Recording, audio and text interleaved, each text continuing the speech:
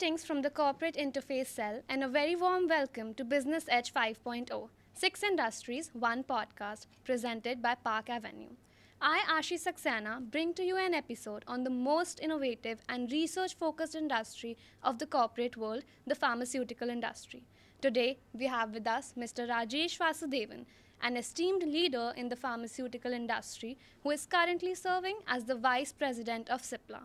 With over 28 years of extensive experience in the corporate world, he started his journey as an EHS, Environment, Health and Safety, and ESG, Environment, Social and Governance specialist, while gradually climbing ranks through roles in sustainability, compliance, and operational excellence before taking on his current leadership position. Cipla, a global leader in the pharmaceutical industry, is known for providing affordable healthcare, driving innovation in medicine, and advancing sustainable practices. Mr. Rajesh has been critical in shaping Cipla's EHS and ESG strategies, making sure the company remains at the forefront of ethical and sustainable pharmaceutical practices. Thank you so much, sir, for being here today. It truly is an honor. Thank you. Thank you for inviting me. Let us now begin with our first segment, shall we? Starting with, could you explain more about your role as the Vice President of Cipla and what attracted you to the pharmaceutical industry? How did you find your way into such a particular domain like EHS and ESG? So let me go back down the memory lane. My passion towards environmental health and safety started with my career in a company called ICI. I don't know how many of you know about a company called ICI. It's called Imperial Chemical Industries. Uh, it was one of the pioneers in EHS. So if you see most of the safety standards which is prevailing in the current industry, it started with ICI. Okay. Right? So when I joined this company in 2001, and my passion towards EHS started with a mentor, somebody called Julia Gondley. She was the regional engineering and EHS manager, and my interactions with her opened my eyes towards EHS. So that company is now known as AkzoNobel. I don't know how many of you know AkzoNobel. They make paints, ICI Dulux paints. So my passion towards EHS started from there. Right, but then I moved on to different roles, and I'll share that experience later. Yeah. Why I moved into different roles. Uh, so what challenged me to get into Cipla is for 15 years I was with the company, and then it became too complacent for me, in the sense that I know the people, I know the systems. There's nothing challenge because you have been in the system for many years. You can get things done whatever you want. So there's no challenge for me, right? And that's the point when I said that I want to get into an organization which is actually fastly growing than Yeah, the current right. organization. And I need a larger perspective, larger audience, and larger employee strength with kind of a diversified operations in multiple countries. So it's kind of a move where I wanted to get that experience of a very, very large growing organization. For example, my previous organization had 900 employees. Currently, it's around 25,000 employees. So that's the Yeah, difference what I have that's now. And I'm heading actually the global operation. So entire universe comes into. And of course, uh, sustainability was something which attracted me to this organization, because if you read about Cipla, we are doing a lot of things on sustainability. We are actually investing a lot in communities and water structures. And why EHS? The question is that why EHS in pharma is safety, health, and environment is industry agnostic. You don't have to be in a specific industry. yeah, It's basically protecting planet and people.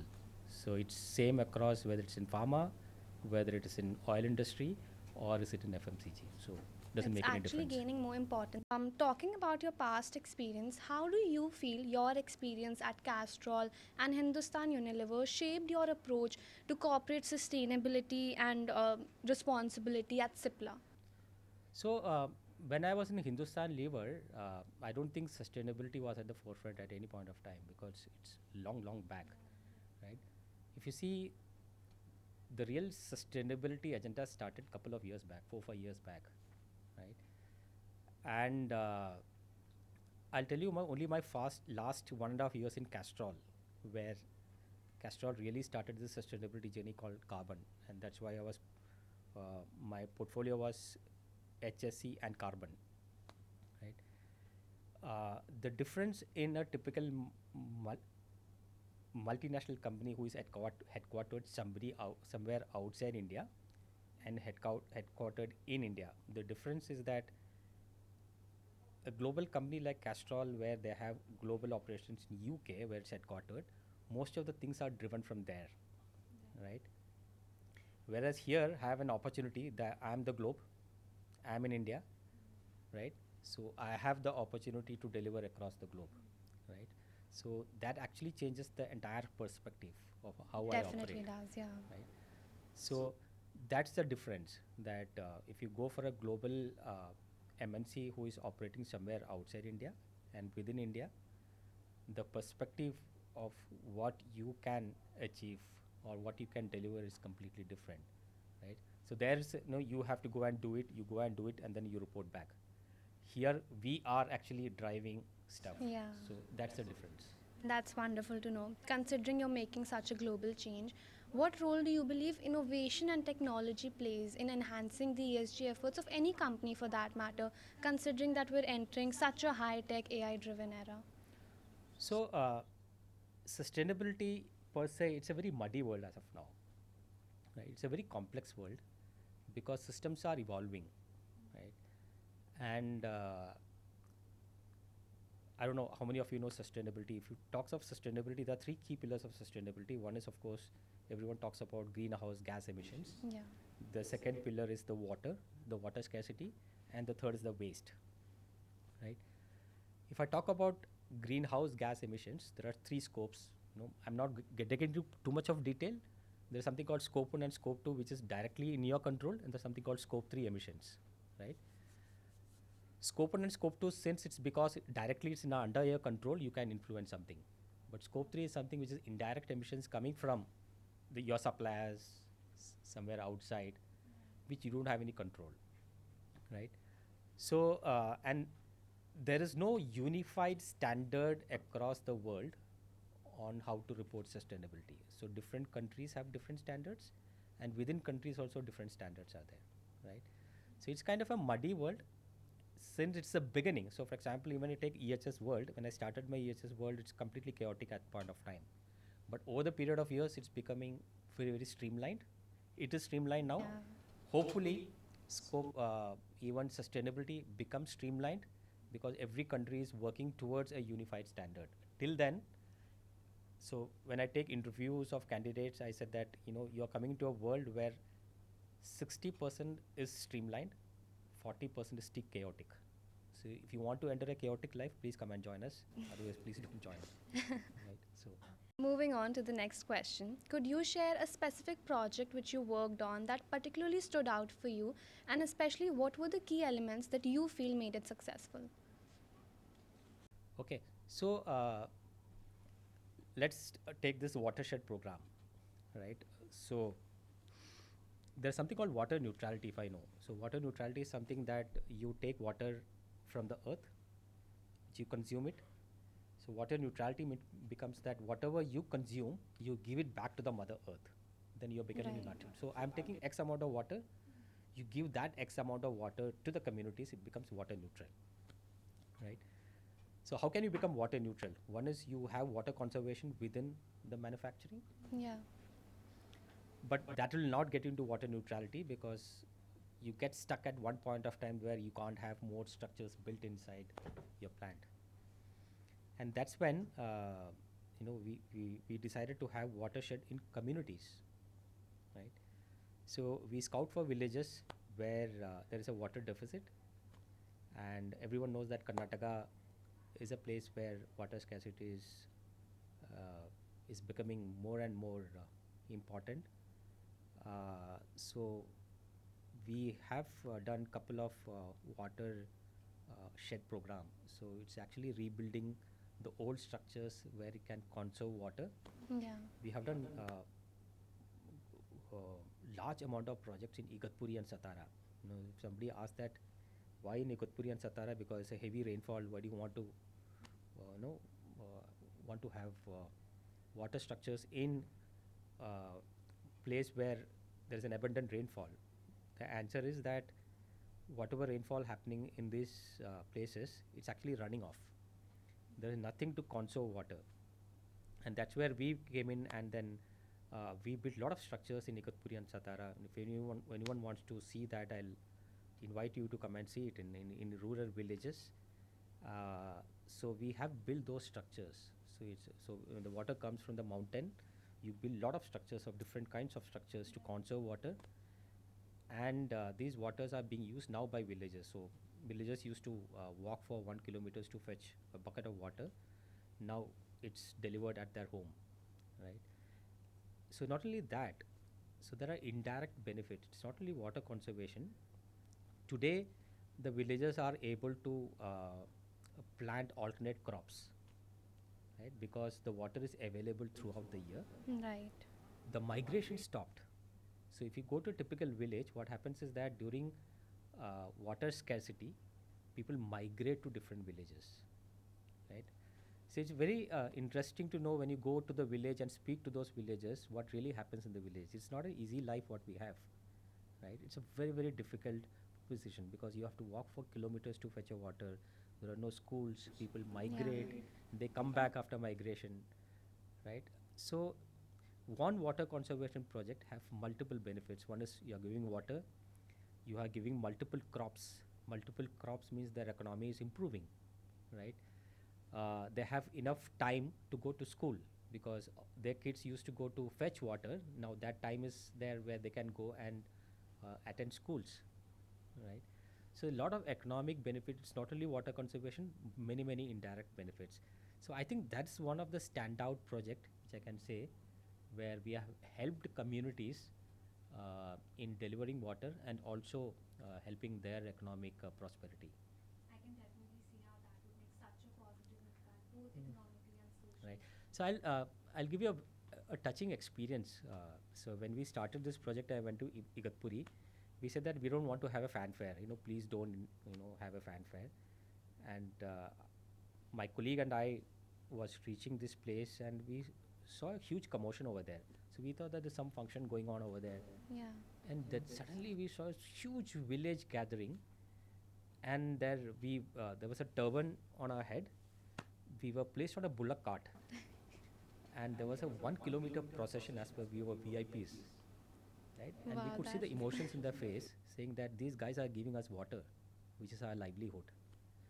It's a very very touching experience. that must have felt Yeah. amazing. That's great, sir. That's wonderful to know. So, also, since you have an understanding of multiple industries, what do you foresee as the next major disruption which will impact multiple industries globally?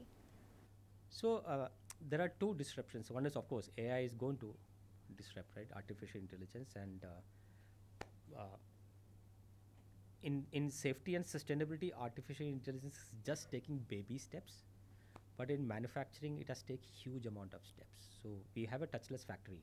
If you go to Indore, we have a touchless factory, right? That's interesting, yeah. Something called 4IR.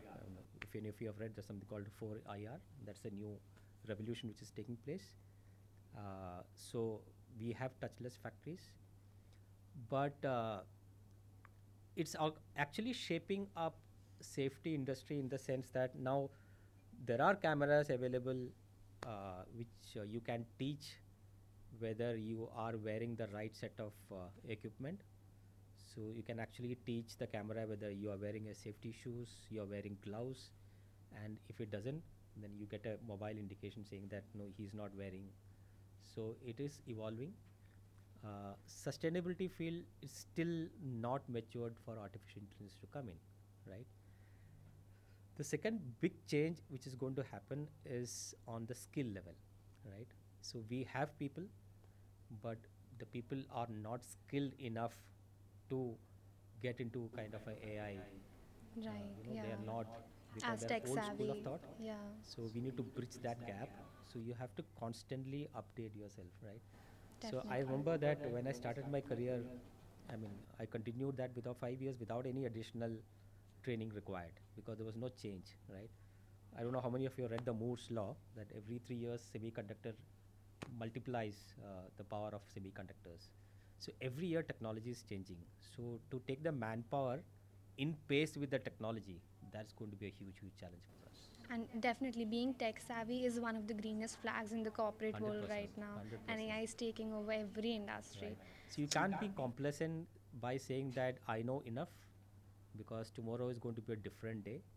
So you need to scout what is going to be different tomorrow and constantly upgrade yourself. That's the only way you can get into the corporate world now. Right? At this age, I'm struggling. So Right. So, next up, employee engagement plays a big role in the success of any company, right? What are some of the motivation and engagement strategies that you use for your team? okay. So if you take a career map, right, what's your starting point? Starting point is an individual contributor, right? What is an individual contributor? That your performance is measured by what you do, right? So it's kind of a learning experience when you start. Then you move towards your frontline manager, right? And then you move to our SBU, strategic business unit. So the skill sets which is required in different functions are different, right? So when you move from an individual contributor towards a functional leader, it's not your performance, it's team performance which matters. So what are the essential requirements of a team is that you need to have a motivated team, right? So before motivated team, what is essential is that whether you have, so you have a strategy in place, right? If you have that strategy in place, what sort of team you required if you want to deliver that strategy is very, very important, right? Absolutely.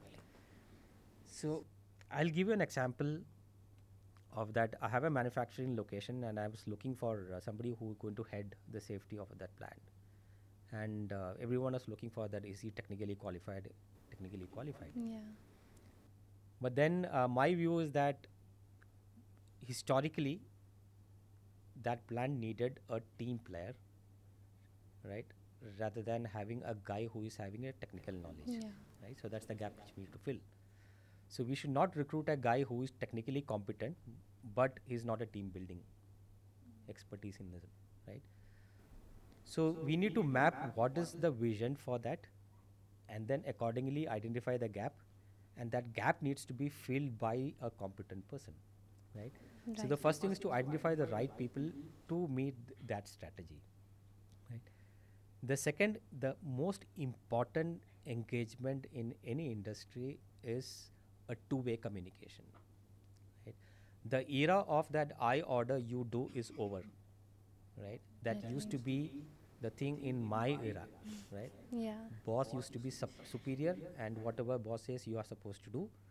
Now youngsters will say that chuck it, I'll find another organization, I'm going there, bye bye, right? Absolutely, sir. It's over now actually, right? So it's important for a leader to keep them engaged in. There are two types of engagements. One is be very, very transparent in the sense that if there is a ask, right? I'm not saying that I'll be able to do all the asks, but if you can't do that, be honest enough and go and say that I will not be able to do it because there are certain constraints, right? But most of the time, what really stops the feedback is that it's a one-way communication, right? So the asks never stops. There will be always a ask. I have a ask, right? I'll ask upward ask, right? But the important thing is to go back and engage them, right? And get their feedback. As a leader, it's very important. I don't know how many of you know about Johari window. You know Johari window, right? So one of the critical blocks of a Johari window is that, I don't know, but what you know about me. I don't know about myself. So that's called the blind spot, right? So it's important as a leader to identify what is your blind spot, right? And how will you come to know about this blind spot? There's something called 360-degree appraisals now, right? Where you ask the feedback from your line manager, from your direct reports, from your peers. So it's a group of people who will give you feedback on what is not good in you. So that's a blind spot, right? The critical thing any feedback is that there's no point in getting a feedback unless you're going to act on it, right? So it will remain as a blind spot. So as a team, how do you keep them engaged is that once you get the feedback, then you address the gap saying that I know that these are the gaps what I have. I'm going to work on 1, 2, 3 for the next year, and I'm going to take the same feedback from you guys for the next year. Is there going to be a difference? Please come and let me know. Yeah.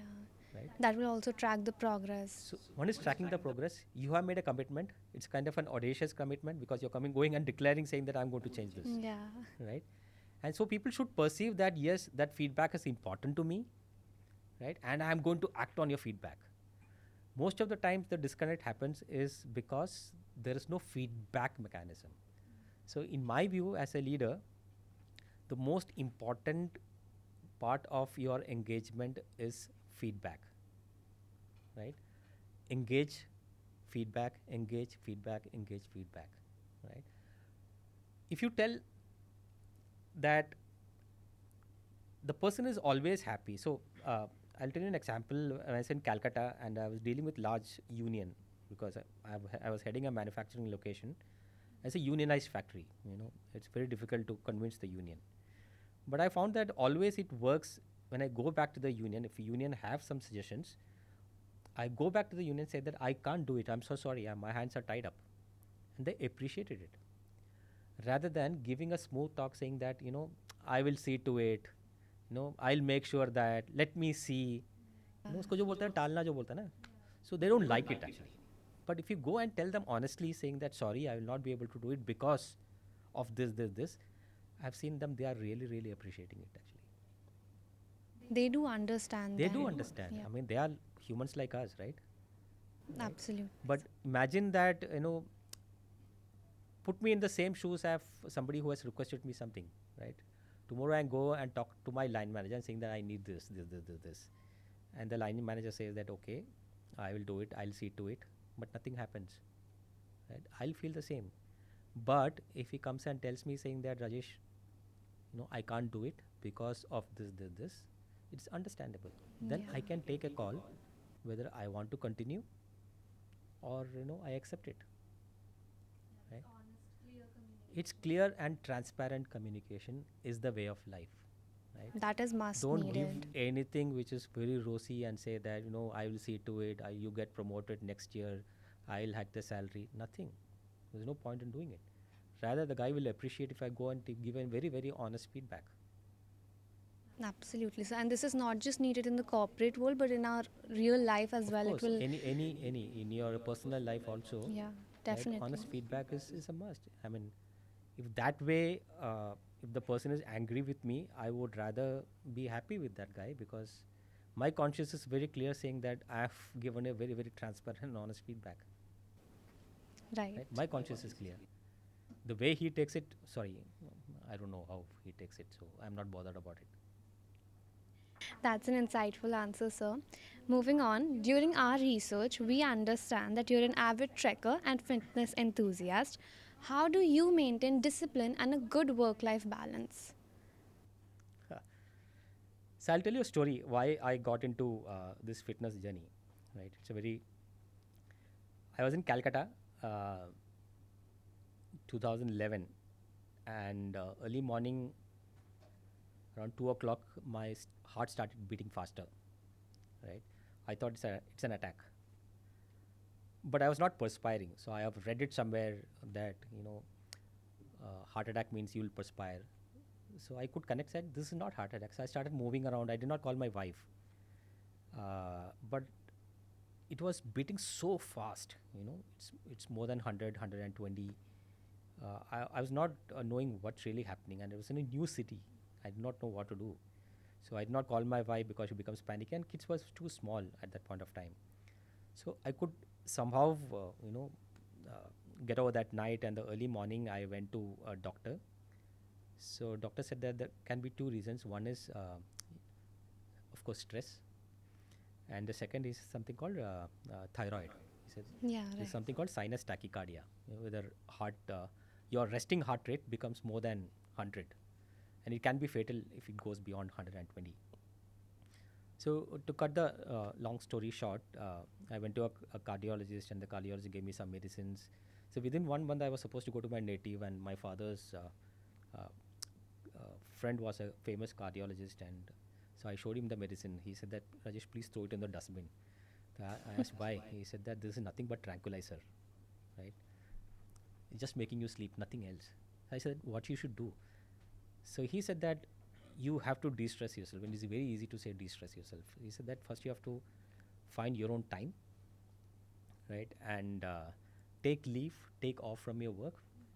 That's the only solution for you. So it's in your control, right? So that was the turning point in my life, right?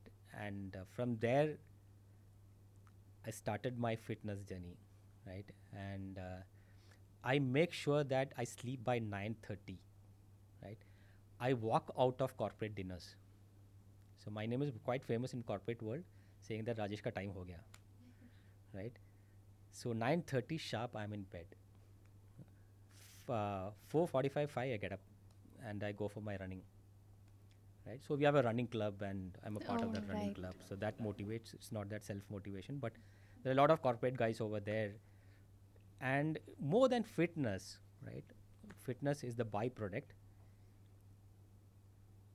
If you are a part of this group, there's a lot of positive energy in the morning, right? आज कितना करना है, आज 10 करना है, आज 12 करना है. Right? There's no negativity there. Yeah, you motivate each You other. motivate each other, right? So the first thing is morning at 7 o'clock, you're full of positive energy by the time you reach office. Yeah, you're tired physically, but mentally you're fit because a lot of positive vibes in the morning. And no one talks of negative energy. हमको 5 करना है, हमको 6 करना है. So that's a kind of motivation. And then I started doing to triathlons, which is swimming, cycling, with this other stuff. And then so the problem is that continuous thing in one, you get bored, so you move on to the next one, got into cycling, then got into swimming, and in the last 2 years, last 3 years, I've been into trekking. And then the target was different, so it's kind of a, motivating factor. It's kind of a de-stressing yourself, finding alternate avenues to be cheerful.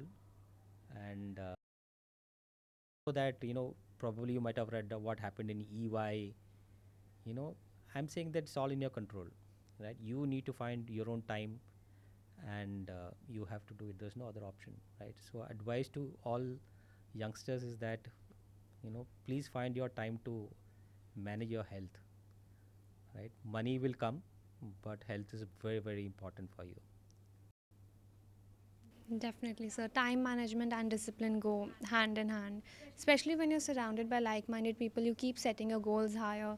So that definitely helps. So that's one of the goals.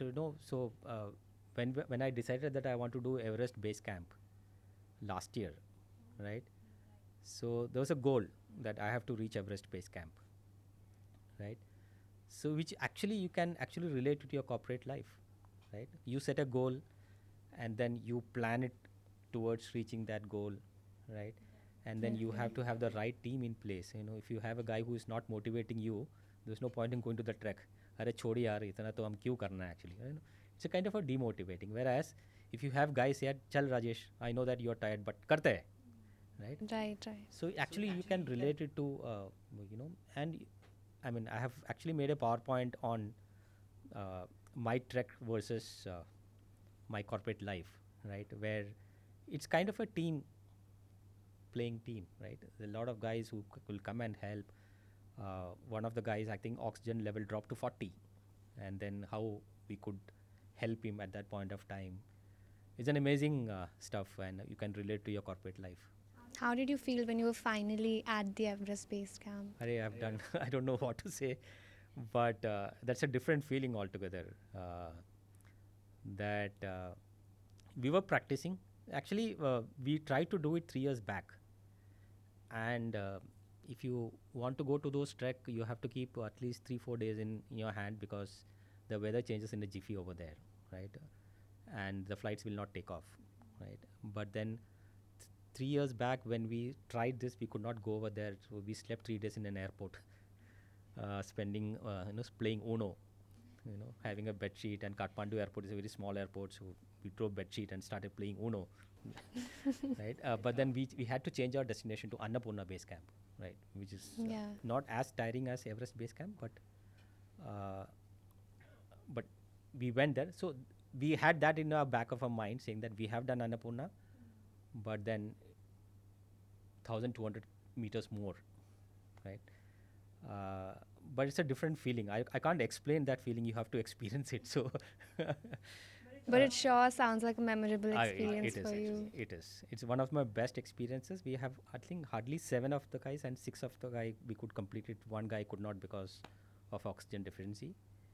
But then you need to have same wavelength of people who will motivate you to take over your there. Otherwise, you will have problems. That's wonderful, sir. Also, you gave an advice to the young students that how they need to prioritize health.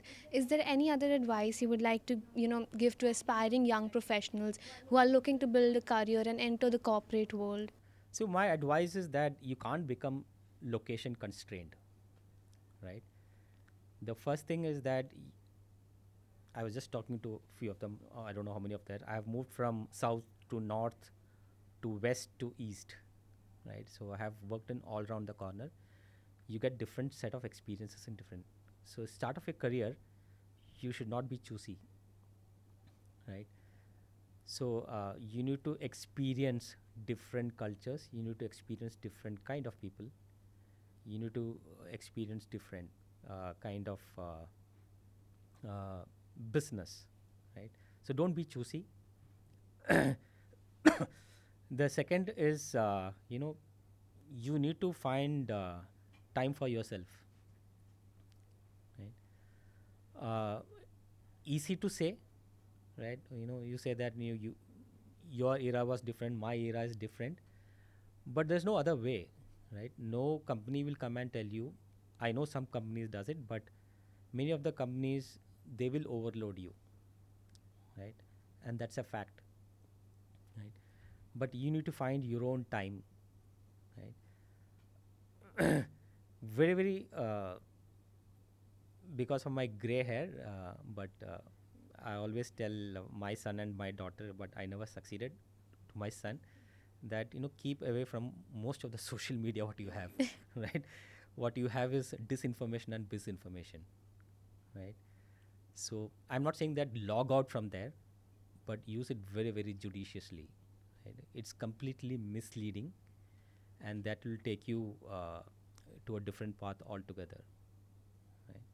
So don't trust in those. There are very very good information available outside, but you can park your time, devote your time saying that this time is for my social media. I'm fine with it, right? But the moment you have your phone uh, in your hand, so I'll tell you my example that I carry a book. As I said that I travel by train. I'm a typical Mumbaiker. I love travel by train. Even today I travel uh, in train to office because there's a lot of value adding time which I get. If I drive a car, I don't get it. So I analyze myself that I take a book, I don't read it. Then I found out that why I'm not reading it is because I have a Bluetooth speaker, I have my phone in my hand, and somebody sends my stupid link, and I open that link and I start watching that. So what I did is that I don't carry my Bluetooth speaker now, right? So what happens is that now I can't listen to any of those stuff, right? So the only option for me is to open my book and read, or have a good nap after my workout. So that's the time, when you get my sleep till I reach office, because 5:45 to 7 I have my workout sessions, which is running, and then after that you get tired, you need a nap. So I have that nap or read my book. That gives me value adding time, right? The third important advice is, read, right? You need to become a master of what you're supposed to do, right? And when I started my career, there's nothing called internet at that point of time. My knowledge was more because of my interaction with my superiors.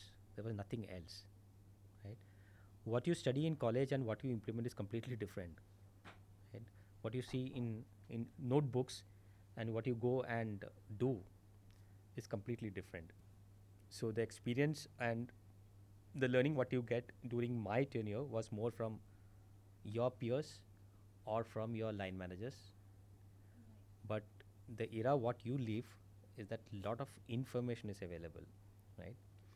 So you need to filter out misinformation and disinformation and find out the information and be master of what you do, right? And where it helps is that I have been through a couple of reorganizations, right? And if you go to a multinational company, every 3 years there will be a reorganization, and every reorganization there's a threat of your job. And I've gone through 4 or 5 times. It's a very painful experience because you don't know whether your job is going to be there, right? But if you really know your job, right, and if your line manager knows that you are somebody who is valuable to the organizations, your job is always safe, irrespective whether there's a reorganization or not, right? I'm telling you my experience that I have undergone 3 reorganizations in the last 6 years, and I have survived, right? So develop your competence, right? And that happens only when you work hard and when you know your subject well and you deliver it well, and your line managers knows that you are delivering it, right? So a bit of marketing is also required at that point of time. Surely, sir. Your insights really show how you've been so effective at your role, and I do agree. Our generation needs to learn how to, invest their time wisely instead of just scrolling through social media. All right, I felt really inspired hearing about your professional journey and the incredible work you're doing at Cipla. But now let's lighten things up a little, and it's time for a fun rapid fire round. So let me sorry, yeah, it's very important in your career, and which helped me is to find out a mentor or a coach in your career. I made a mistake, so I'll spell out that mistake.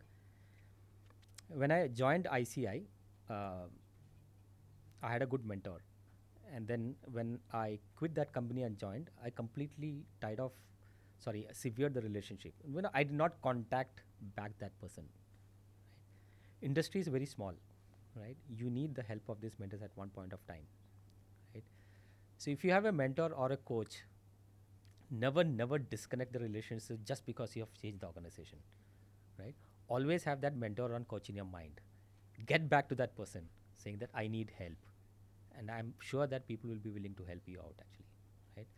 Whether it's the start of your career, middle of your career, or the end of your career, have that in mind that the mentors or coaches during the start of your career, please maintain that relationship till the end of your career. That will come handy at any point of time. Sorry. No, that it's absolutely fine. I agree with you. So it's time for a fun rapid fire round. The rules are very simple. I'll ask you a few quick questions, and you're supposed to respond with the first thing that comes to your mind. Shall we Yeah. begin? Okay, firstly, traditional office culture or work from home? Hybrid. Perfect. Your definition of success. Work life balance. One thing on your bucket list that you haven't done yet. Iron Man. Okay. A book which changed your life. Long Walk to Freedom by Nelson Mandela. Why would you say that? I mean, it's the kind of perseverance. He was in jail for how many years? I don't know. I can't count it. And if you read that book, it's really, really moving, right? And one statement by him still reflects. He says that when I walk into the freedom, right, I felt that the if I still maintained that hatred and anger, I would still be a prisoner. Right? Even though I'm out of prison, Yeah, but you. still that hatred and anger, if it's still within me, I'm still a prisoner, and I don't want to be that actually. So, hats off. Who's your mentor or idol? There are many actually. I mean, You could name a few. so in professional life, there are three, right? So you want the name? If you want to name them, you can. So I have somebody called Jayanta Chatterjee, Soren Malikar, who worked with me, and there is somebody called Rajiv Sinha. So these are the three people who have shaped my career. And in your personal life? Personal life, of course, my father, my inspiration. That's a sweet answer. One piece of advice you would give to your younger self? Hmm. My younger self, that I was very temperamental one point of time, right? So I want to give you an example, right? And I was working in an organization. I don't want to name that organization, and everyone knows annual appraisal, right? Where Yeah. you are being assessed for your performance for the year. And my line manager was a very senior guy. He was appraising me, and then I was very young at that point of time. So I was very upset, and I threw the paper, and I walked out that I don't believe in this rating systems and whatever it is. So my line manager and the senior person also in the room, and then I came out, and there was an advice from my line manager. He said that whenever you have an appraisal, there is no point in debating the ratings because it's cast in stone. The ratings are never going to change, right? Your attitude should be that, because I was too temperamental at that point of time, is that what can I do differently for the next year? Because the past is past. You'll never be able to change it. So your conversation should be that what is that difference what I can make for the next year if I want to get a superior rating. So that should be the conversation rather than being temperamental. So that was a change which I made at that point of time, and then it continued till today. So I keep my calm and composure, sometimes forcefully, but you have to do it in your professional career. That's rightly said. That was a quick round, sir. I've been doing most of the questioning, but now let's put the spotlight on what the masses want to know, Okay. which brings us to our next segment, CIC Wants to Know. So, the first question we have: does a particular movie or TV show resonate with you? So there are two movies, right? One is Pursuit of Happiness by Will Smith. The other one is Shawshank Redemption, and it's just because of the perseverance, right? Is there any particular character or any. So of course, the character Red in Shawshank Redemption, which is acted by Morgan Freeman, right, in Shawshank Redemption, and of course, I don't remember the name of Will Smith in Pursuit of Happiness, where he's seeking a job. He has a small child, you know, is roaming around the streets for a job, and then ultimately he became a, Yeah, finance professional. It's ultimate. So that's a so great all answer. my characters, if you see, it's perseverance. So if you see Nelson Mandela, if you see Shawshank Redemption or Pursuit of Happiness, all stories of perseverance. That also matches with your life, so definitely. Second question we have: does your day have a secret hack for handling an overflowing email inbox, or is it a perpetual game of catch up? I clear in my email inbox every day, right? So I keep a certain segment of my time only for responses. So you can't find anything which is unopened in my inbox. But you must get so many emails. I respond immediately, right? And there's something called urgent and important. So I know what is urgent and important. So I clear my all my important. I keep my urgent messages later. But I keep it a point saying that I don't work on Saturdays and Sundays. I don't entertain any calls during a Saturday Sundays. I don't call anyone on Saturdays and Sundays because that's my purely my time, personal time. Personal time, Right? I definitely keep it a so. point saying that I don't unless until it's an emergency. Everyone needs their Yeah. personal time. Third question: does your career success ever shift your personal goals or dreams outside of work? No, It has never no, happened. That's great, no. so. I make it a point that I if I have to if I have taken a target in my personal life, I'll make sure that it'll happen. There's a huge bucket list, but I'll complete those bucket lists. I'm sure if I am alive, I'll complete those bucket list. Right? And you'll make time for I'll it. make time for it. 100% sure. That's Fortunately, I've been working in an organization. I'm very fortunate. I mean, thanks to all the companies where I worked, all the organizations and my line managers were supportive for that. Actually. So I didn't face any issues so far, and that might be one of the reasons why I could get it. Not that everyone should be lucky, right? But I was lucky. definitely so. Next up, we have, does failure teach you more than success in your leadership Of course, journey? of course. See, in my job, you need to do a lot of experiments, right? And there are certain experiments which will fail, certain experiments, and it's not in my profession. In every profession, there has to be failures, and all these failures are a learning curve for you, right? So I don't think any individual will have 100% success rate, right? So you need to have failures in your life, and you need to. The most important thing is to that. How do you do a root cause analysis of that failure? Move on from there. How you work on it and That's right, grow. right? Definitely Right. so. So I always say that if anyone has read Steve Jobs, he said that any celebration should be for a nanosecond and then move on. Celebrate for a nanosecond and then move on. That's it. Nothing more than that. No big Don't bask in the glory of celebrations. it. Right? Over. Period. Definitely. Last, we have, does success look different to you now compared to when you started? See, I was not.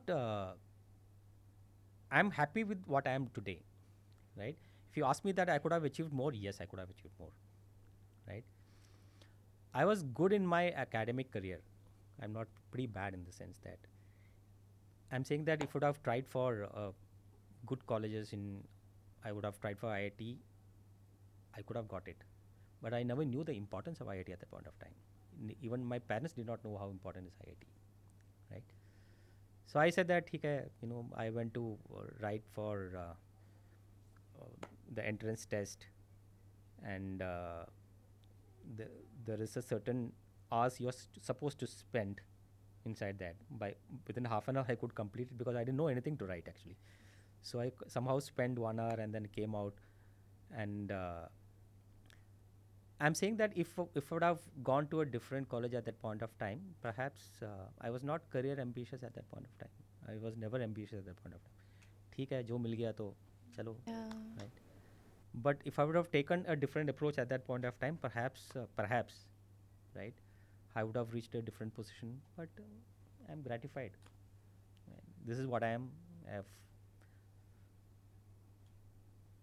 I've my success is more on personal front, right?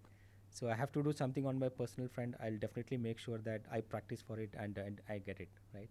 On career front, I'm gratified with what I am, right? 100%. I think that's what matters the most in the end. So, all right. Your answers were really insightful, sir. But how about a playful twist? Perfect. I've got a set of questions lined up for you, but this time, instead of using words, you're supposed to react with these emojis. So we have the happy emoji, Mm-hmm. the face palm, no No comments, comments. shocked, and the last one, angry. Okay. All right. So I'll just give these. So I have to pick and choose. Okay. Are you ready? Yeah. What emoji would describe your Monday mornings? Monday morning, I have to go to office. Face palm. Everyone's reaction will be the same. What was your reaction when Cipla was awarded the fifth most sustainable pharmaceutical company? Of course, I should be happy, right? This happy? Happy, yeah. How do you feel when you go on a mountain hike? Anything better than this? No. Nothing. No, but we understand your feelings. How do you feel about your mail inbox right now? Is this? This is shocked. It's not shocked. It's okay. Yep. Happy. That's surprising. Your reaction when you get a last minute urgent email on a late Friday evening. Of course.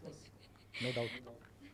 And finally, your reaction when this podcast episode airs and you get to hear it. Should be this, yeah. I'm glad to know that, sir. I love how the. Wait, I'll just get. I love how the emojis added such fun to our conversation. Now, both me and the masses are done with their questions, but do we still know the person behind the title? I don't think so, but let's change that in our next segment. Mm-hmm. So, are you ready to share a bit about your life beyond the boardroom? Of course. All right. What's the most surprising fact about you that people at work would not know? Perhaps I'm out of social media. Not many people know about it actually. That's surprising. If you were not in the pharmaceutical industry, what other career could you see yourself in?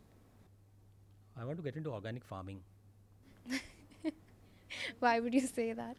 No, that's something which is attracting me now. Right. To go to, I don't like staying in tier 1 and tier 2 cities. And I want to move to a typical village. I don't know I'm going to survive. I mean, perhaps, when I go there,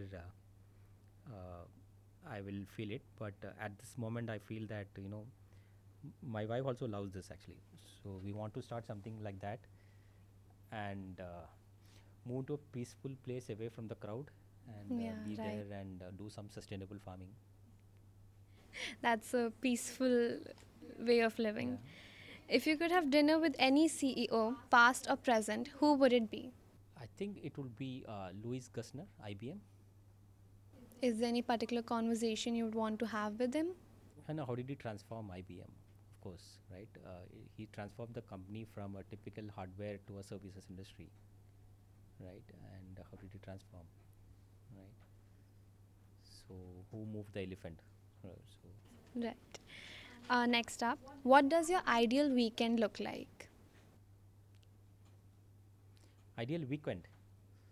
So, it's pretty boring in the sense that I have a run in the morning and I have a long run on Sunday morning or a long distance cycling. So, so I'm pretty occupied in the morning hours, and the rest of the time it's for my family Family. or with my friends in the evening. That sounds like the perfect weekend. If you could travel anywhere in the world right now, where would you go and why? So my plan is to climb Kilimanjaro in Tanzania. That's amazing, sir. I've been asking you the questions so far, but now I would love to flip the script. Could you pose a thought provoking question for our audience to answer in the comment section of our social media handle? Okay, you're putting me in a spot now. You can take your time. My question is that how are you going to find a work-life balance for yourself?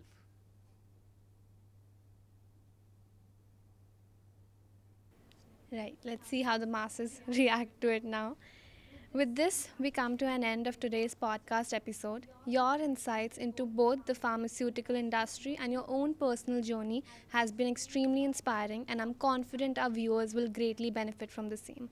Thank you so much, sir. I sincerely appreciate your precious time, and it's been an absolute pleasure hosting you today. Thank you very much, and thank you once again for inviting me. My pleasure.